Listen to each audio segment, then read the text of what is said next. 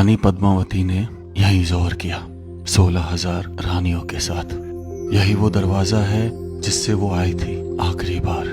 इन्हीं सीढ़ियों से वो नीचे उतरी और एक एक करके सब अमर हो गई। इतनी सुंदर थी कि उसे पाने के लिए बहुत बड़ा युद्ध हुआ। कभी इन्हीं सीढ़ियों से नीचे उतरकर गोमुख के इन्हीं भोलेनाथ का जलाभिषेक किया करती थी। और ये महल उनका है जिनका सर कटने के बाद भी धड़ लड़ता रहा और अकबर देख भौंचक्का रह गया। वो मंदिर जहां मीराबाई ने श्री कृष्ण की भक्ति की, जिन्हें मारने के लिए अथाह कोशिशें की, लेकिन कुछ ना बिगाड़ सके। तो चलिए शुरू करते हैं चित्तौड़गढ़ किले का पार्ट 2 इसी मंदिर से। ऊपर से अगर देखेंगे तो उड़ीसा शैली में बना हुआ, आगे से गुजरात शैली नज़र आती है जो जगन्नाथपुरी का मंदिर है उस जैसा। यहाँ से मुड़े वहाँ पूरा घूम के आए बड़ी पोल से, और इस मंदिर में चलते हैं, आपको मंदिर दिखाते हैं। पीछे मीराबाई का मंदिर भी दिखाएंगे जब मीराबाई रही, और जिनके साथ क्या क्या हुआ वो भी दिखाएंगे। लेकिन आपने ऐसा स्ट्रक्चर नहीं देखा होगा। देख रहे हो ऊपर किस तरीके का स्ट्रक्चर बना हुआ है इसके मुख मंडप में। आज ये ऊपर चलते हैं। ये वो मंदिर है जिसका निर्माण बप्पा रावल जी ने कराया था 8वीं सदी में। जब 1303 में अलाउद्दीन खिलजी का हमला हुआ था ना, तब इसकी जो मूर्ति थी, बड़ा भगवान को समर्पित था, ये विष्णु जी के अवतार, उनको खंडित कर दिया। तो राणा कुंभा जब आए तब उन्होंने इसको रिनोवेट कराया। अब सामने से हम देख रहे हैं तो गुजरात के सोमनाथ जैसे मंदिर की तरह लुक दे रहा है। अभी हम इसको हम साइड में से दिखाएंगे, लेकिन पहले अंदर चल के आपको वो दिखा देते हैं कि अब प्रेजेंट में किन की मूर्तियाँ हैं। इसे कुंभा श्याम मंदिर के नाम से जाना जाता है आज प्रेजेंट में। आ जाइए।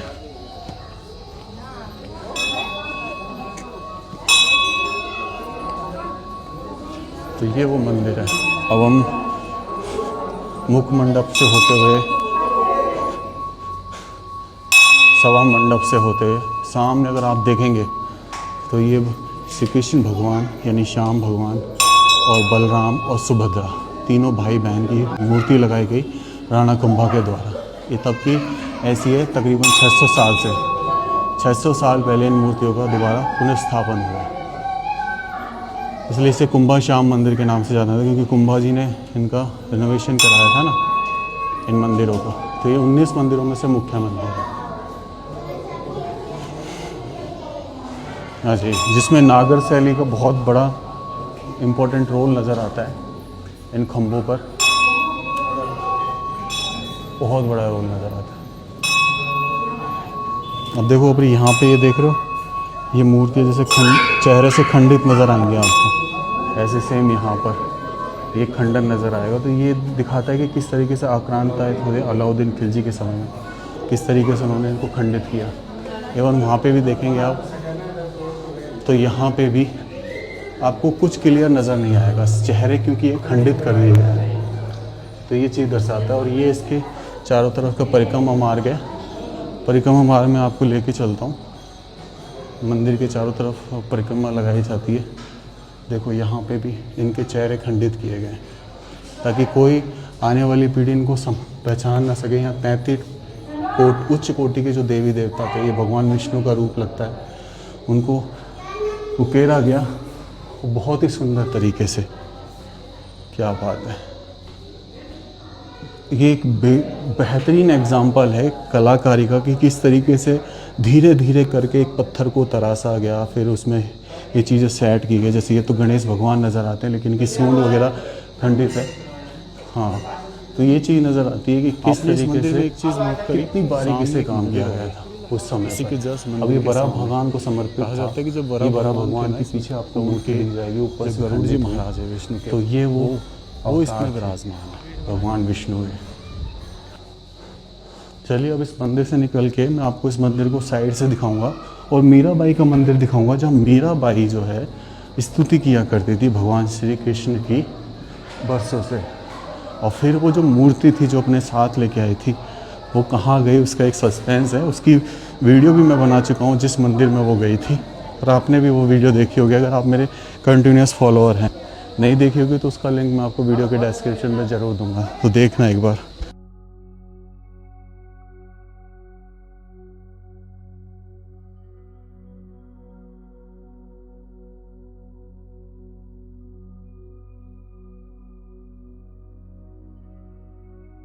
यहाँ से देख रहा हूँ साइड से, और सीरियसली ये बहुत अच्छा दिखाई दे रहा है। आप देखने के लिए एक्साइटेड हो तो देखिए, चलिए आ जाइए। ये दरअसल दिखाई दे रहा है आपको भगवान जगन्नाथपुरी के जैसा उड़ीसा में जो मंदिर बना हुआ है साइड से। सामने में गुजरात के सोमनाथ मंदिर के जैसा दिखाई दिया, साइड से भगवान जगन्नाथपुरी जैसा। और ये है मीराबाई का मंदिर, वो मंदिर जहाँ मीराबाई श्री कृष्ण भगवान की स्तुति किया करती थी। इनके ससुर जो थे राणा संग्राम, उन्होंने ये मंदिर उनके लिए बनवाया था। उनके पति भोजराज की मृत्यु के बाद जो उनके देवर हुए विक्रमादित्य, उनको ये पसंद नहीं था कि वो दिन भर भगवान श्री कृष्ण की पूजा किया करती थी या उनका वंदन किया करती थी। तो उन्होंने उनके लिए मारने के लिए जहर का प्याला भिजवाया जो अमृत बन गया। फिर उसके बाद पोटड़ी में रखे सांप भिजवाया जो फूल की माला बन गई। आ जाइए अंदर लेके चलते हैं।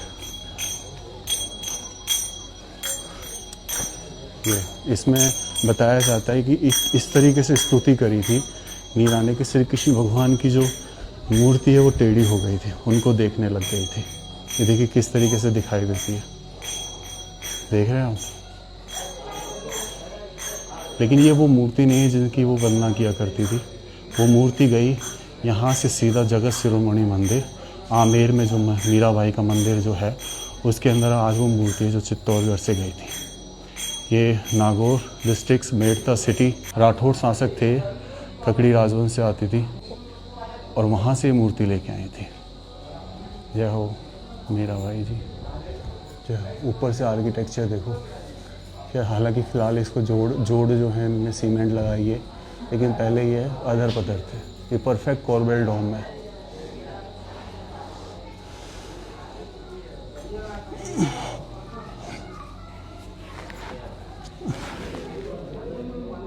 यहाँ पे लकड़ी के काट पे कितने बरसों पुराना ये कहावत है, बहुत पुराना लगता है। ये मीराबाई का मंदिर और ये उनके गुरु जो उनके काल्पनिक चरण स्थल यहाँ पे आपको दिखता है, उनको समर्पित ये मंदिर था जो मीराबाई के गुरु थे। ये देखिए स्ट्रक्चर किस तरीके से बनाया गया, वाह गजब। तो देख लिए ये मंदिर जो उड़ीसा के जैसा दिखाई देता है। सो ये मीराबाई और वराह भगवान यानी कुंभा श्याम जी का मंदिर। अब यहाँ से सीधा जाएंगे तो ये ले जाएगा मैं विजय स्तंभ की तरफ। और अगर आप ऐसे भी जा सकते हैं बाई, अगर आपके पास व्हीकल है तो, और हम पैदल हैं तो ऐसे जाएंगे। आ जाइए, कीर्ति स्तंभ और सूरजपोल गेट उस साइड है, तो हम इधर से वापस आके उधर जाएंगे। दोस्तों देखो, आपको आवाज़ आ रही होगी बहुत जोर की। झिंगुर तो ना है, झिंगुर तो क्या आवाज़ कर रहा है ये? बहुत तेज आवाज़ है दिन में, जो रात को आती जनरली। वो सामने दिख रहा होगा विजय स्तंभ आपको। तो ये सामने आप देख रहे हैं, ये है विजय स्तंभ। सबसे पहली चीज़ बता दूं कि पुलिस का जो चिन्ह होता है ना, कांस्टेबल का जो सिंबल होता है, उस पर राजस्थान पुलिस का, उस पर विजय स्तंभ आपको दिखाई देगा। टिकट, भारतीय डाक टिकट जो थी पहली, उस पर भी ये बना था 1 रुपये की टिकट पे। और इवन हमारा जो RBSC बोर्ड है, राजस्थान बोर्ड, उसमें भी ये सिंबल आता है। इसकी ऊंचाई 122 फीट है यानी 37.19 मीटर। 157 सीढ़ियाँ ऊपर तक जाती हैं। 9 मंजिल का ये स्तंभ, विजय स्तंभ जिसे बोलता था, टावर ऑफ विक्ट्री, ये राणा कुंभा ने बनवाया था। गुजरात के शासक थे अहमद शाह और मालवा के शासक थे महमूद खिलजी। इन दोनों को हराया था उस समय। तब उसकी जीत की जश्न में, उसकी जीत की याद में इस जगह को बनवाया गया था। इसको टोटल 8 साल लगे बनने में। 1448 से लेके 1456 तक बनाया गया। कई लोग क्लेम करते हैं कि 10 साल लगे। लॉकडाउन तक ये जगह खुली थी, लेकिन उसके बाद ही बंद कर दी गई। लॉकडाउन लगा उसके बाद जस्ट बाद, फिर खुली नहीं कभी है। इस पर अगर आप देखेंगे तो हमारे महाभारत, रामायण और रामलीला के जो चिन्ह हैं उनको उकेरा गया है। 33 उच्च कोटि देव देवताओं को उकेरा गया है और ऊपर तक ये जाता था, लोग जाते थे इसमें ऊपर तक। सबसे बड़ी बात यही है कि इसको बनाए रखने के लिए एक चीज़ का मैं आपको बताऊंगा। पहले आज ही इसको दिखा दूँ कि जब यहाँ पे समय समय पर अकबर का भी जब आगमन हुआ था ना, बाद में जब थर्ड अपना जौहर हुआ था, तब भी देखो इसकी जो मूर्तियाँ अगर आप देखेंगे, इसकी भी मूर्तियों को कुछ हद तक खंडित कर दिया गया है। चेहरा पूरी तरीके से मिटा दिया गया। साफ दिखता है कि किस तरीके से इसे खंडित किया गया। 122 फीट ऊंचा। अब ये देखेंगे ना, नीचे से इसका स्तंभ चौड़ा है, बीच में पतला और ऊपर से चौड़ा। एक भगवान शिव के डमरू की तरह बताते हैं कि इसको बनाया गया। हालांकि लॉजिक क्या था ये तो हम नहीं जानते, पर ऐसे कुछ लॉजिक्स लगाए जाते हैं। अब यहीं से हम चलते हैं तो यहीं पे बहुत सारी ऐसी चीज़ें हैं जो आपको देखनी चाहिए। और ये ऊपर जाने का स्थान हुआ करता था जो बंद कर रखा है। देखो यहाँ से आपको सीढ़ी नज़र आएंगी, लकड़ी की सीढ़ी बन रही है ना। अभी सामने आप बाग देख रहे हैं, ये बाग, चलिए इसको नीचे उतर के बताएंगे। आ जाइए इस बाग के बारे में कि दरअसल ये बाग है क्या। ये बाग यहाँ पर जब आज़ादी के बाद और 2002 तक इसकी एक कुंडा हुआ करता था और यहाँ पर खुदाई चलती रही, तो उस खुदाई में ट्रेजर हंट हुआ, यानी कि बहुत सारा खजाना निकला। खजाने में क्या थे? औरतों के गहने थे, कंगन, हार, ये सब चीज़ें। तब वो जौहर की घटना थी, उसको बताया गया कि 20 मीटर ये नीचे कुंड था और इसको भर दिया गया और इसको जौहर स्थल बताया गया कि ये वो स्थान है जहाँ पर रानी पद्मिनी ने अपनी 16,000 रानियों के साथ पहला जौहर किया 1303 में, जब अलाउद्दीन खिलजी आया। उसके बाद दूसरा जौहर भी यहीं बताते हैं जब रानी कर्णावती ने यहाँ पर जौहर किया। और जो वीर सिंह बागा थे, जो पांडव पोल के पास जो मैंने आपको मूर्ति दिखाई, वो उस युद्ध में साका करते हुए वहीं पर वीरगति को प्राप्त हुए थे। फिर जो थर्ड जौहर था वो भी यहीं बता 68 जब अकबर ने हमला किया था। दूसरा बहादुर शाह जो गुजरात के शासक थे, वो मुग़ल नहीं थे, तीसरे अकबर थे मुग़ल। वो जौहर स्थल है रानी पद्मावती ने जौहर किया 16,000 रानियों के साथ 1303 में, जब अलाउद्दीन खिलजी आया। ये तब उस समय 21 फीट गहरा था, लेकिन इसको भर दिया गया क्योंकि इसके जस्ट बगल में आप देखेंगे तो विजय स्तंभ है। कहीं क्योंकि यहाँ जब पानी भरता था बरसात का, तो उसकी वजह से इसमें कहीं सीला ना जाए और ये झुक ना जाए, इस वजह से इस जगह को भरा गया ताकि कोई ना। और ये जो स्थल देख रहे हैं, ये सती स्थल है। जब कोई राजा मर जाया करता था, सती प्रथा चलती थी, तो राजा के साथ रानी जो है वो सती हुआ करती थी। वो एक मंदिर का आसार लगता है। 1303 में जब अलाउद्दीन खिलजी आया, तब उसने इस जगह को बहुत नुकसान पहुंचाया, तो इस मंदिर को भी तोड़ दिया। वो सामने देख रहे हैं, वो समाधीश्वर मंदिर है। समाधीश्वर मतलब ये जो स्थान आप देखेंगे अभी जो मैं आपको दिखाऊंगा, ये जौहर स्थल हो गया, ये समाधि स्थल है। यानी कि एक तरीके से सभी समस्याओं का हल करने वाले भगवान शिव का मंदिर वो है। तीनों विराजमान है, उनका रूप विराजमान है। और यहाँ ये जो देख रहे हैं आप सारा, ये सारा समाधि वाला स्थल है। उधर वो समाधि वाला स्थल है। तो ये शमशान घाट हुआ करता था उस समय। और वो जो दरवाज़ा दिख रहा है, वो दरवाज़ा बताते हैं कि जो रानी थी, जो 16,000 रानी आई थी, और ये दरवाज़ा किस साइड है? ये दरवाज़ा है नॉर्थ साइड। तब 16,000 रानी इसी दरवाजे से आई और इन्हीं चारों तरफ खड़ी होकर उन्होंने यहीं पर जौहर किया था।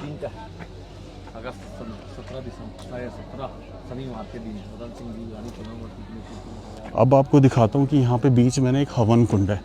हवन कुंड में क्या होता है कि चैत मास की एकादशी को जितने भी राजपूत हैं, फ़िलहाल जो इसके वंशज चल रहे हैं वो उदयपुर रहते हैं, वो राजपूत यहाँ आते हैं और यहाँ पर हवन करते हैं उन सभी रानियों के लिए, दासियों के लिए, उन सखियों के लिए जो रानी के साथ रहा करती थी, जिन्होंने जौहर किया, उनकी शांति के लिए। हर साल चैत मास की एकादशी को, चैत मास मतलब अप्रैल बेसिकली, जो हिंदू नववर्ष का महीना होता है, तो इसमें वो हवन किया जाता है।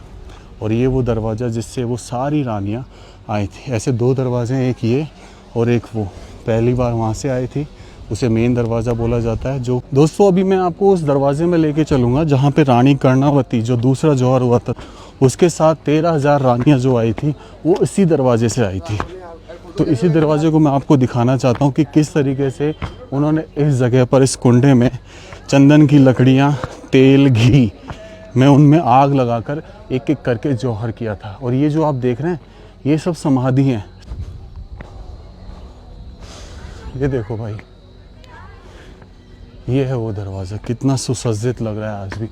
अब सोचो, थोड़ा अज्यूम करो कि जो सीढ़ियाँ उतरती हुई दिखाई गई थी ना रानी द्वारा, मैं आपको दिखाता हूँ, कुछ ऐसे थी वो। यहाँ पीछे से लेना शॉट, पीछे से वो बावड़ी का सीन दिखाया होगा ना आपको, ऐसे मूवी में इतना सारा, तो ऐसे उतरती हुई दिखाई जाती कुंडे में, ऐसे ऐसे ऐसे ऐसे ऐसे ऐसे। वो दरअसल वो कुंडा वहाँ था वो सीढ़ियाँ यहीं कहीं पहले शूट चल रहा था चित्तौड़गढ़ में, पर वो कैंसिल हुआ क्योंकि आक्रांता करणी सेना आ गई थी। बाकी इस गेट की डिज़ाइन देखो, उन चीज़ों को फील करो जब एक एक करके रानियाँ यहाँ से आई होगी। और यहाँ पे कुछ शिलालेख है, ये रहा, कहिए फील कर सकते हैं आप कि कैसे लिखा गया है। देखो दूर से मैं इसकी फ़ोटो लेके आपको स्पेशल दे दूँगा, पर आप इसको मैं दिखाने की कोशिश करता हूँ। ये देखिए, अगर आप इसे डिकोड कर पाए तो लिखा तो ये संस्कृत में ऐसे ही लग रहा है, या कोई और भाषा हो। संस्कृत तो नहीं है, खैर ये है तो कोई और ही भाषा, हिंदू वाली भाषा।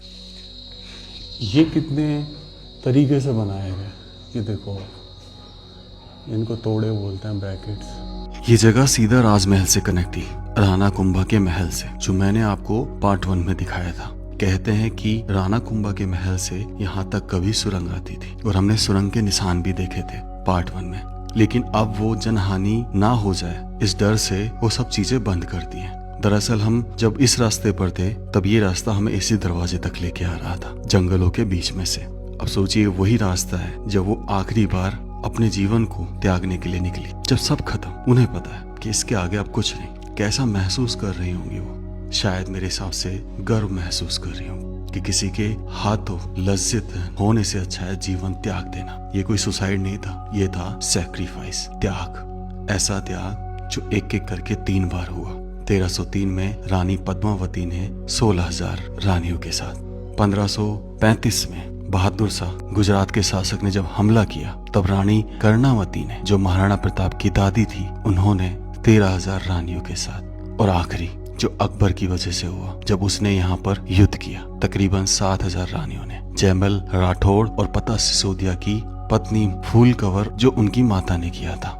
इससे बड़ा क्या हो सकता है जब आपको पता चले कि अगले ही पल आपका जीवन समाप्त होने जा रहा है। चलिए आगे बढ़ते हैं इस किले की तरफ। आपको वो मंदिर दिख रहा है, वो जगह जो दिख रही है वो देखो, ये एक्चुअल में 3rd शाह का हुआ था ना, यानी कि 3rd जो जौहर हुआ था, जयमल राठौड़ और पत्ता सिसोदिया, उनकी हवेली है। पत्ता सिसोदिया सिर्फ 16 साल के थे, और जयमल राठौड़ की पत्नी थी फूल कंवर जी। तो उनकी मृत्यु के बाद जयमल राठौड़ जो घायल हो गए थे ना, तब उनको वीर कल्ला जी राठौड़ ने अपने कंधे पर लिटाकर और जो साका किया, यानी भगवा फहन कर लास्ट में मुगलों के छक्के छुड़ा दिए थे। अकबर उस समय युद्ध लड़ रहे थे, तो अकबर ने भी उनके सम्मान में हाथी पर उनकी मूर्ति बनवाई थी वहाँ पर आगरा में, लेकिन बाद में उसे औरंगजेब ने तोड़वा दिया था। तो अब हम सीधा चलते हैं इधर, तो यहीं वो 3रा जौहर भी हुआ। चलिए, पर अब तीनों यहीं हुए ये तो नहीं कहा, लेकिन जौहर ज़रूर हुआ यहाँ पर, ये पक्का श्योर है। आ जाइए, इसमें चलते हैं हम। ये वो मंदिर,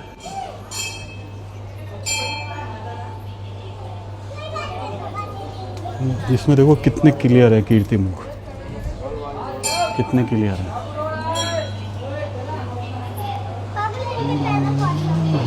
साइड में से घुसे हैं, प्रवेश द्वार दरअसल ये हुआ करता था, और ये है वो मंदिर।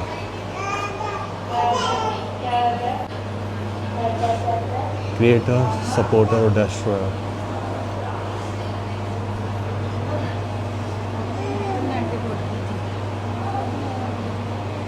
जय हो।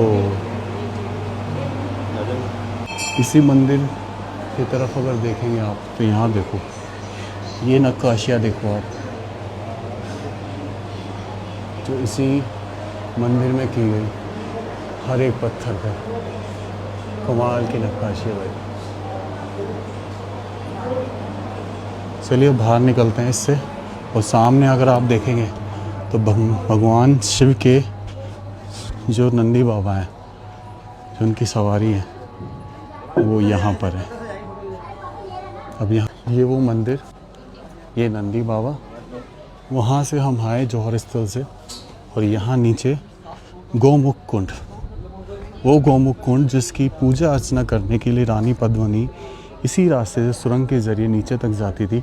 और कहा जाता है इस गौमुख कुंड में एक शिवलिंग है जिसकी वो स्तुति किया करती थी और यहीं से पालकी में बैठकर सुरंग के जरिए महल तक पहुंचती थी। देखो यहाँ पे भी ना लिखा हुआ है शिलालेख। निर्भय नाचगी ठो करोड़ों करोड़ पैसे पावगढ़ चित्तो गोमुख का बता ये गाय के मुंह से जाना है गाय के ऊपर चढ़ना जरे ये दोस्तों यहाँ से तो इस साइड चले जाएंगे, वहाँ पहुँचना है अपन को, तो अपन ऐसे चढ़ के उधर जाएंगे। चलिए अब हम इस गेट की तरफ बढ़ेंगे जिस दरवाजे से पहला जो हो रहा है इसे प्रथम दरवाज़ा भी बोला जाता है। और रानी कर्णावती इसी दरवाजे से आई थी 13,000 रानियों के साथ। आपको दिखा देता हूँ, अभी इधर से जाना है। ये देखिए, हाँ तो लंगूर ही लंगूर है। ये देखिए किस हद तक खंडित कर दिया। यहाँ पे जैसे हे घोड़े पे दिखा रखा है मूसा होगा, ये खंडित किया गया है, ऐसे उधर खंडित कर दिया गया। ये मूस घोड़ा ही है ना, ये घोड़े पे लड़ते हुए शासक। और ये वो दरवाज़ा, फील कीजिए कि कैसे उनको पता चला होगा कि वो इसके ज़रिए अपना अंतिम त्याग करने जा रही है। हाँ ये देखो भाई, लंगूर महाराज सो रहे हैं कंप्लीटली। वहाँ जाके तो नींद आई है भाई साहब। ठीक है भाई, चलो सो आप। कैसे हैं भाई साहब? बढ़िया।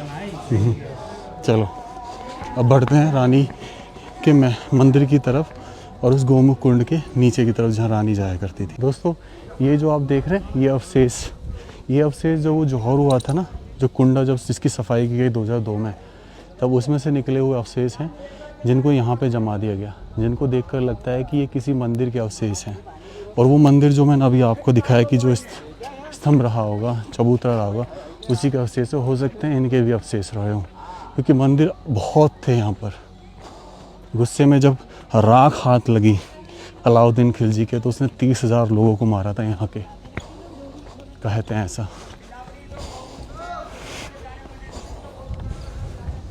चलिए अब इसमें चलते हैं गोमुख कुंड के अंदर। ये एक और मंदिर। अब ऐसा बताया जाता है कि रानी पद्मावती पालकी में बैठकर सुरंग के जरिए यहाँ तक आती थी गोमुख कुंड तक। और गोमुख कुंड का पानी सर्दियों में गर्म और गर्मियों में ठंडा रहता है नेचुरली, और निरंतर बहता रहता है गोमुख से। कहाँ से आता आज तक कोई नहीं बताया गया। ऐसे यहाँ पे 84 तालाब बनाए गए, लेकिन आज सिर्फ 11 वर्किंग है। आ जाइए नीचे चलते हैं। अब देखो ये वही रास्ता, ये सीढ़ियाँ जब रानी पद्मावती ने इस जगह को फील किया होगा। कर रहे हो आप उस चीज़ को फील। और नीचे गोमुख में बताया जाता है कि शिव जी का कुंड है, शिव जी हैं, शिवलिंग हैं जिनकी वो स्तुति किया करती थी। मंदिर है, आ जाइए। या देखो यहाँ पे देख रहे हो किस तरीके से ये बने हुए हैं। ये एक्चुअल में ये होता था कि जब दुश्मन सेना नीचे आ जाती थी ना इन बुर्जों के नीचे, तो यहाँ से गर्म तेल पानी वगैरह घेर कर उनको रोका जाता था, बिल्कुल तह में आ जाती थी। तो इस तरीके से ये बनाए गए थे। अब नीचे चलते हैं इधर, यहाँ पे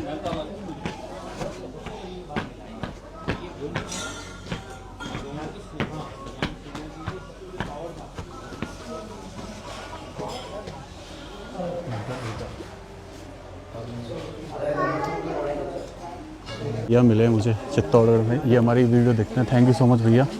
इनकी धर्मपत्नी भी देखती है, धन्यवाद भैया, नमस्ते, थैंक यू भैया। चले अंदर? बिल्कुल। ओके, आप यहीं से हैं? हाँ, ये मैं इंदौर से हूँ, एमपी से। इंदौर से? चलो अब ये वीडियो देखिएगा। ओके।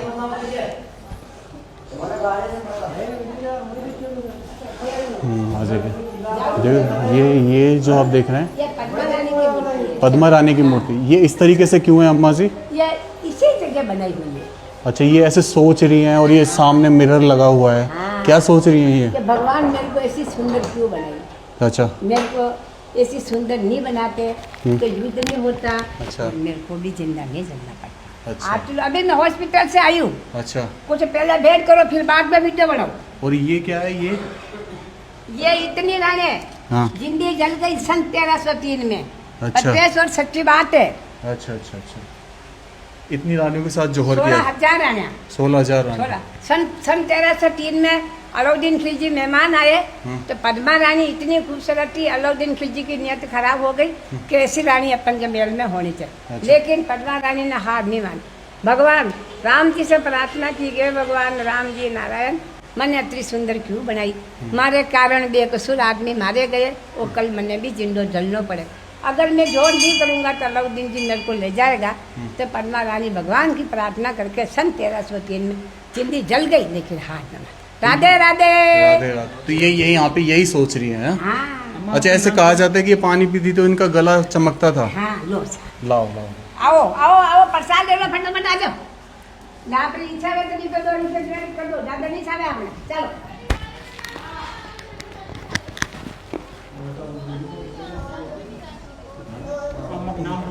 आजा नीचे चलें। अम्मा का नाम क्या है जो अंदर है? शांताबाई जी ने अभी हमें बताई बहुत अच्छी स्टोरी। अब हम आपको गौमुख दिखाते हैं। ये वो तालाब है जो अक्सर आपने फोटोज़ में देखा होगा।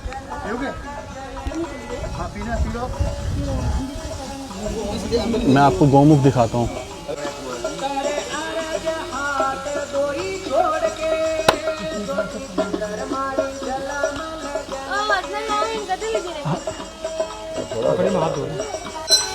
देखो ये है वो गौमुख, दिख रहा है आपको? इस गौमुख में से पानी आता है लगातार। एक गौमुख वहाँ पे भी दिख रहा होगा झरना, इनमें से लगातार बहता रहता है। और भगवान भोलेनाथ जो यहाँ पे दिख रहे हैं, ये कभी कभी तो पानी में जलमग्न रहते हैं। ये पानी का लेवल जो दिख रहा है वो यहाँ तक आ जाता है, तो ये कभी यहाँ तक जलमग्न ही रहेंगे। अच्छा ये है, ये वो ये है गौमुख। और वो क्या है? वो विष्णु भगवान। थोड़ा निकालो तो फिर बताते कि तुम्हें। वो विष्णु भगवान है वो दीदी पानी जिसमें से आ रहा है वो क्या चीज़ आ रहा है? वो गौमुख है? दोनों गौमुख हैं। अच्छा अच्छा, ये पानी आज 12 महीने आता रहता है, 24 घंटे। तो कई बार तो ये ऊपर तक आ जाता होगा, बारिश में ऊपर तक, फिर आप अंदर भीगे रहते होंगे। अच्छा अच्छा, इनकी पूजा किया करती थी रानी पद्मिनी। ओके, ले पकड़ी, देना ना। जय हो भोलेनाथ, जय हो।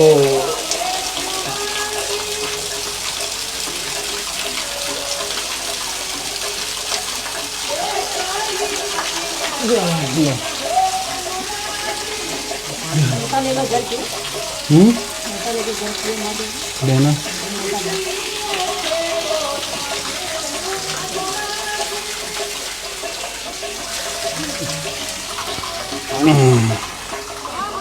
हटे भाई, ओ भाई, ये है ना, ये बेसिकल मंदिर है पूरा। ये है वो पीछे का मंदिर। तो ये जो पानी का लेवल बारिश आने वाली है यहाँ तक आ जाएगा, इतना भर जाता है ये।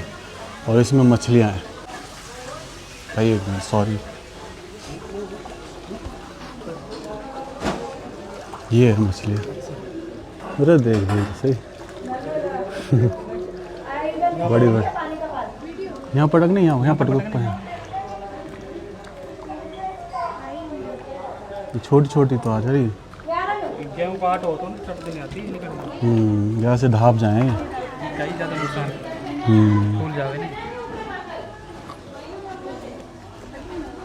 दूर फेंको।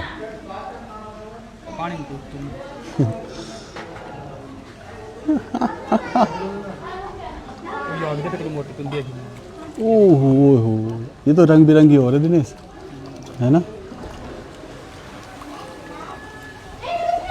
पकड़ ले एक पानी। पैर अंदर कितनी स्वाद हुई थी। ओहो हो, मजे आनंद हो गया भाई। पैर अंदर कितनी स्वाद आ रही है। खा रही होगी वो। इन्हें खा ली होते हो पैर। कितना मनोरम दृश्य है ना, क्योंकि इन मछलियों को ना तो पकड़ा जाएगा, क्योंकि कई लोग तो पालन इसलिए करते हैं।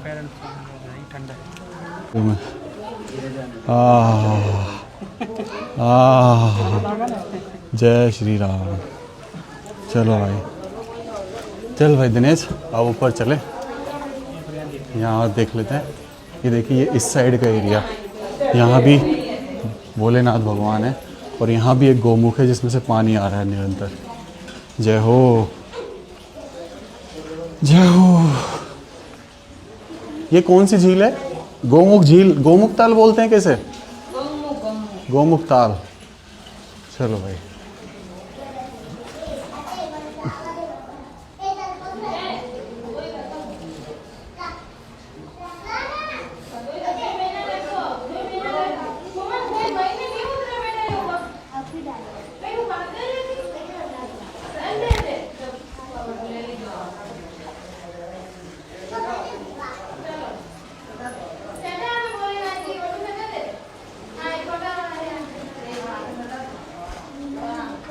बेटा कहीं लेगी ना तो ध्यान रखियो तो। ओ दिनेश रहते रहते, दिनेश बता। अरे ले दिनेश अब तैर हो जाना था तो कहाँ जा रहा, तू जा रहा जरूर इनके बीच। कितनी सुंदर है यार। है? हम इस जगह से निकल गए जहाँ जौहर हुआ था और धीरे धीरे जयमल राठौड़ और पत्ता सिसोदिया की हवेली की तरफ बढ़ने लगे। लेकिन बीच में कुछ तालाब आए। ये तालाब तकरीबन 84 बनाए गए थे और 84 में से आज बताते हैं कि सिर्फ 22 बचे हैं और 22 में से भी बहुत कम वर्किंग है। इन तालाबों को पहले खोदा गया, जो इनसे पत्थर निकले उनसे महल खड़े कर दिए और जब पत्थर निकलने के बाद जो गड्ढा हुआ उसमें बारिश का पानी जमा करने लग गए तो बहुत सारे कुंड बन गए और उन्हीं कुंडों का इस तकनीक से यूज किया गया कि कभी इस जगह पानी कम ना पड़े। और वाकई में देखने पर भी लग रहा था कि जमीन पर पानी नहीं था और ऊपर पहाड़ पर कई जगह अथाह पानी था। और फाइनली हम उस हवेली तक पहुंच गए। इस चित्तौड़गढ़ किले की परिधि यानी दीवार की लंबाई 13 किलोमीटर है और हम सिर्फ पैदल रास्ते थे, पैदल पैदल पैदल। सुबह निकले थे और हमें शाम होने वाली थी। हाँ जी दोस्तों, इसमें चलते हैं इस मॉन्यूमेंट में। ये पानी की पाइपलाइन है, किसकी है? पानी की लग रही है फिलहाल तो। इसमें ना एक चीज़ है कि इसमें उस समय के कुछ कलर्स बाकी है बिल्डिंग पे। और ये कितनी पुरानी है? ये 65-68 में वो जौहर हुआ था जब इनकी मृत्यु हुई थी, वीर गति को प्राप्त हुए थे ये तब भी, यानी कि तकरीबन 650-700 साल पुरानी। आ जाइए, ये है भाई, ये देखो बाहर से देखो बाहर आपको फूल दिख रहे हैं, उन पे मैंने अभी जो डिज़ाइन दिखाया था उस जगह, यहाँ सेम वो डिज़ाइन दिखेगा। लेकिन ये गिलास नहीं, ये पत्थर लगते हैं, क्योंकि ग्लास का आविष्कार तो जो मिरर है 18वीं शताब्दी के आसपास हुआ था। तो ये ब्लैक स्टोन से लगते हैं जिनमें एक छाया सी पड़ती है, एक मिरर सा बनता है। हाँ जी, अंदर चलेंगे। इसके अकबर जो मुग़ल था ना, उसने चित्तौड़गढ़ को घेर लिया था और 7 मार्च 1965 को वो किले के अंदर प्रवेश कर गया। तब यहाँ पे पत्ता सिसोदिया की माता और उनकी पत्नी फूलकवर और उनके साथ जितने भी दासियाँ और रानियाँ थी उन्होंने जौहर किया। ये तीसरा जौहर था और अंतिम जौहर था इस किले का। आपको बता दूं, रणथंभौर में जो जौहर किया जाता है आगे, उससे आगे वो जल जौहर किया जाता था। और उसके बाद जो मारवाड़ में चला वो कटार जौहर चला, और हमारे जो आमेर में चला जयपुर साम्राज्य में वो चला जहर जौहर। लेकिन यहाँ का जौहर अग्नि जौहर इसलिए ज़्यादा महान माना जाता है क्योंकि मरने के बाद क्या करते थे कि ये लोग उनके शरीर को भी इस्तेमाल किया करते थे। तो इसलिए वो अग्नि जौहर इसलिए करते थे ताकि उनके शरीर के राख को भी इस्तेमाल ना कर सके। आ जाइए।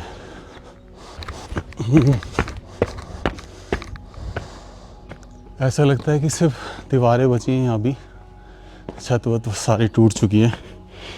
देखो ये डिज़ाइन जो अभी भी इस चौखट पे बचा हुआ है भाई।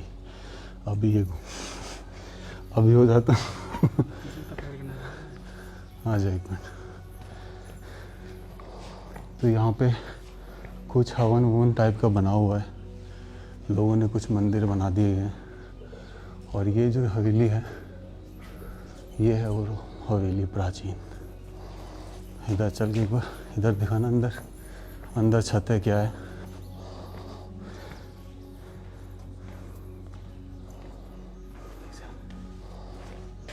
ये देखिए, ये मेरे को ऐसा लगता है कि जयमल राठौड़ या पत्ता सिसोदिया में से कोई एक है। पत्ता सिसोदिया अंदर दिखाना एक बार। ये देखो भाई कितनी सुंदर हवेली है, और ऊपर वही स्टोन, कितना सुंदर। कितना सुंदर है ना, ये बिल्कुल ब्लू जैसा दिख रहा है, मिरर मिरर बन रहा है इसमें। सेम वही यहाँ पे ये झरोके होते होंगे, यहीं कहीं से सीढ़ियाँ भी चढ़ती होंगी ऊपर, पर अब कुछ नहीं बचा सिवाय इन चार दीवारी के। सिर्फ ये है, देख लीजिए ऊपर जाने तक। इवन ये जो झरोका है ना, ये जो छतरियाँ आपको बाहर से दिख रही थी, इन पे भी जाने का रास्ता नहीं है।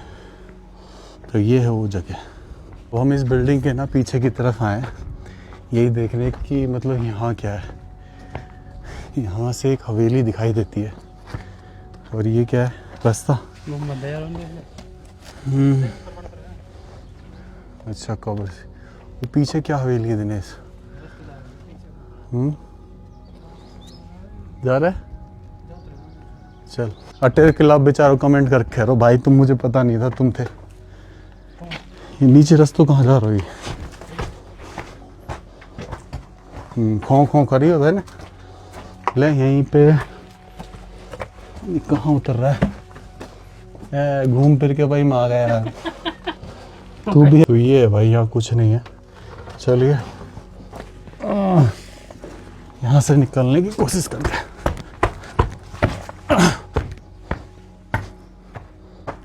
सीढ़ी जा रही हूँ ऊपर। खत्म है तो कुछ भी ना आया मेरे। अब मुझे उस हवेली को दिखाना है फिर। तो हवेली में हंस के चले हुए थे।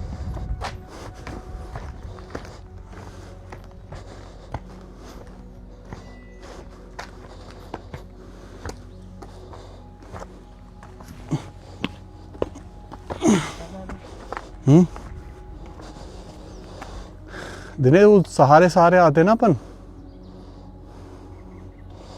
तो पहुंच जाते।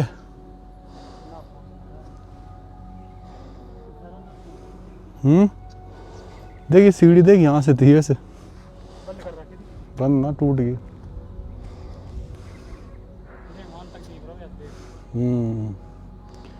भाई ये है पूरा चित्तौड़गढ़ का किला। यार ये ऐसे ना लग रहा तू है। हाँ, इस पानी को वो देख। और देखो नीचे ना आसार बचे हुए हैं यहाँ पे। और ये जो सामने हवेली दिख रही है, ये दरअसल दीवार पे स्थित है, तो ये सैनिक बुर्ज का हिस्सा है। इसमें सैनिक समय समय पर पहरा दिया करते थे। चलिए थोड़ा सा आगे बढ़ते हैं रानी पद्मिनी के महल की तरफ, जहाँ पे पहली बार अलाउद्दीन खिलजी ने रानी पद्मिनी को देखा था। आ जाइए, जो कि इतिहास की सबसे बड़ी गलती बताते हैं, जिसकी वजह से ये युद्ध हुआ। दोस्तों, चित्तौड़गढ़ किले का दूसरा भाग यहीं समाप्त होता है। अब हम तीसरे भाग की तरफ बढ़ेंगे, जहां उस महल को देखेंगे जहां रानी पद्मावती रहती थी अपनी दासियों के साथ। और उस महल से आगे हम देखेंगे वो पुराना दरवाजा, जहां से कभी चित्तौड़गढ़ किले पर चढ़ाई की जाती थी। और फिर उसके बाद आगे जैन मंदिर कीर्ति स्तंभ, जो जैन समुदाय द्वारा बनाया गया। और सबसे बड़ी बात, राव रतन सिंह का महल। ये सब हम आगे देखने वाले हैं। लेकिन उससे बड़ी एक चीज जो इस किले में सबसे पुरानी है, मौर्य कालीन वो मंदिर जो सबसे पहले बना। व्लॉग कैसा लगा जरूर बताना, अपने विचार जरूर रखिएगा। प्लीज कमेंट करे बिना मत जाइएगा। राम राम सा सभी को। खम्मा गणिसा राजस्थान, मेरा देश मेरा भारत। चल पकड़ तो ले, मैं कैमरामैन नहीं हूँ, तू है। तू लीड कर। जैसे वहाँ फोटो खिंचवा ली ना, अटेर किला बेचारो कमेंट करके रहो भाई, तुम मुझे